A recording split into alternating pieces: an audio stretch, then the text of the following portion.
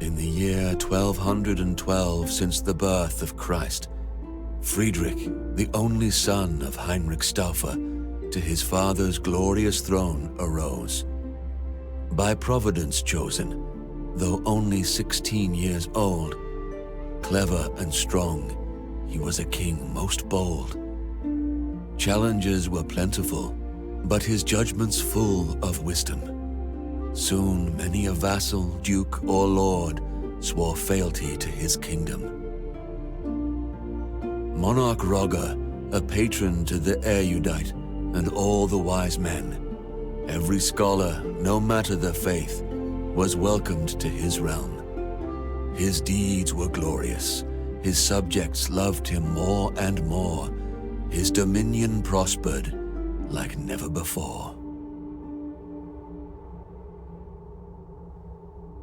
Soon the rumors were spread from the east to the west about Roger, the ruler of Christians, by God himself blessed. This praise reached Pope Gregory, but he froze, irked by hearing of another man as one God chose. Gregory's envy would lead to consequences most dire. No living soul could save Friedrich from his ire. With excommunication being his only other fate, Roger rode to Palestine on a crusade to save his state. Even with his most trusted knights, a dangerous proposition. Journey long, perilous and exhausting, a truly risky mission. Many a good man dead due to illness or fatigue.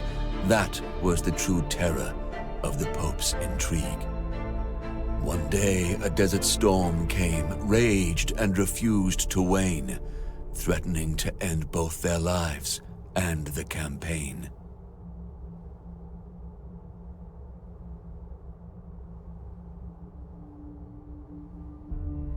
It seemed that for the Emperor's army all hope was lost. Sentries were ordered to find shelter, no matter the cost. At the last moment, the group's scouts spotted a cave. Though ominous and sinister, they must choose to be brave.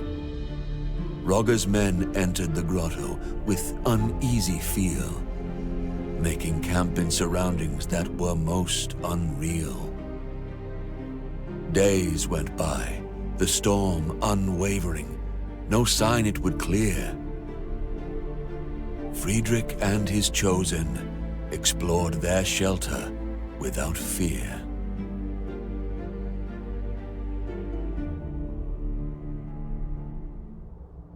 Delving deeper into their shelter, anything but small, dark passages lined by pillars receded to a large hall.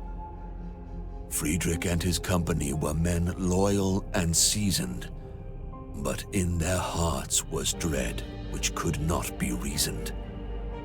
Architecture meant not for living men, vast and bold, perhaps chiseled by some mysterious giants of old. Distracted from his reverie by a glimmer of light, Roger saw a part of metal buried in the sand upright. A machine, a gate, centuries old, with it he must return. What trove of lost knowledge from it could he learn? Friedrich, albeit short on time, researched that device. Its power to grant wisdom should more than suffice. Gate to the Temple of Wisdom, the device was now called. It would lead to understanding of deep truths unequaled. In much higher spirits, knights loaded the gate on the caravan, and once again their journey, their crusade has began. The dread lifted, resolve firmer than ever before, no longer fearful of what for them lay in store. No more was the journey punishment meant by the Pope. Now their quest was meaningful, their hearts full of hope. In the end, Roger gained control of Jerusalem without blood spilt, opened the Holy Land to pilgrims again, defensive walls rebuilt. City's crown rested on emperor's noble head. With wise Sultan Al-Kamil he shared his bread. People sang only praise for their emperor once again. With glory and magnificence he continued his reign. Through the gate to the Temple of Wisdom, Friedrich often went. To learn its secrets, to further knowledge was his lustrous intent. He worked closely with those most loyal, those he chose. Thus, a new order of Knights Noble, order of justice, arose. Emperor Friedrich, always at their point, titled Grand Master, felt he did enough to sate Pope's anger, averted disaster.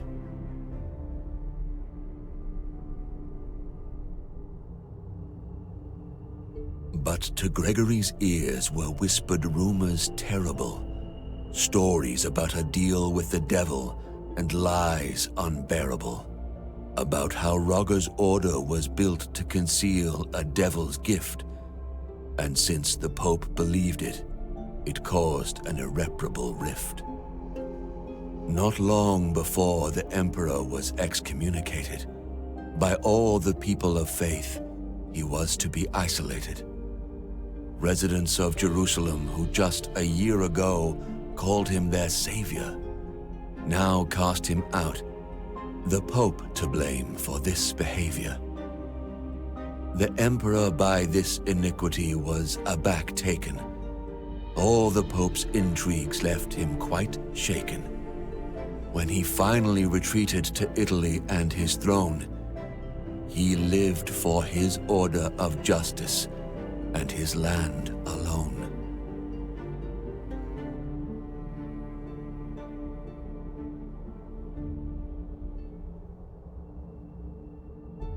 Rogger guarded the secrets of the order, for his enemies would not cease. Wanted the gate more than secure, no longer believing in peace. A plan born both from his genial mind and godly inspiration, to build a fortress for the order, to be held in awe by the whole nation. To the castle's construction, he devoted his life.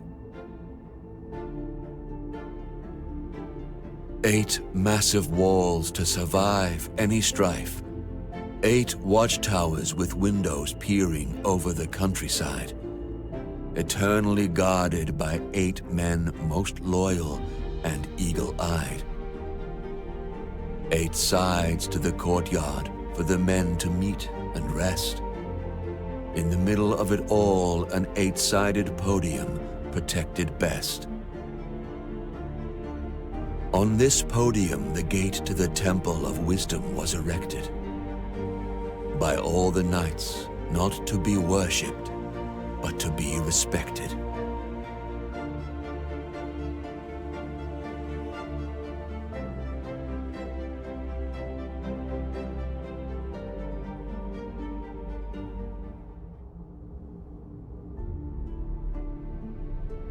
So it was created, for both the lost and the wise it did shine.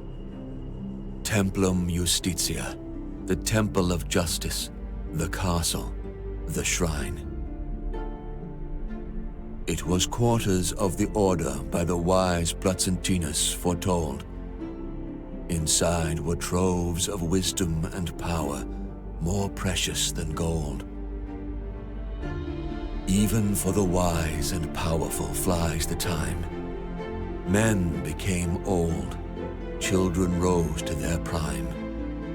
After the death of Rogger, Grand Master first, others came, best of the order, in wisdom versed. One after another silent, hidden, but each of virtue measure, the gate to the temple of wisdom, always their treasure. Generation after generation, the secret was keeping, wealth and wisdom gaining, never relenting, never sleeping. But the year 1465 after Christ came, and for the order of justice, the world was never the same.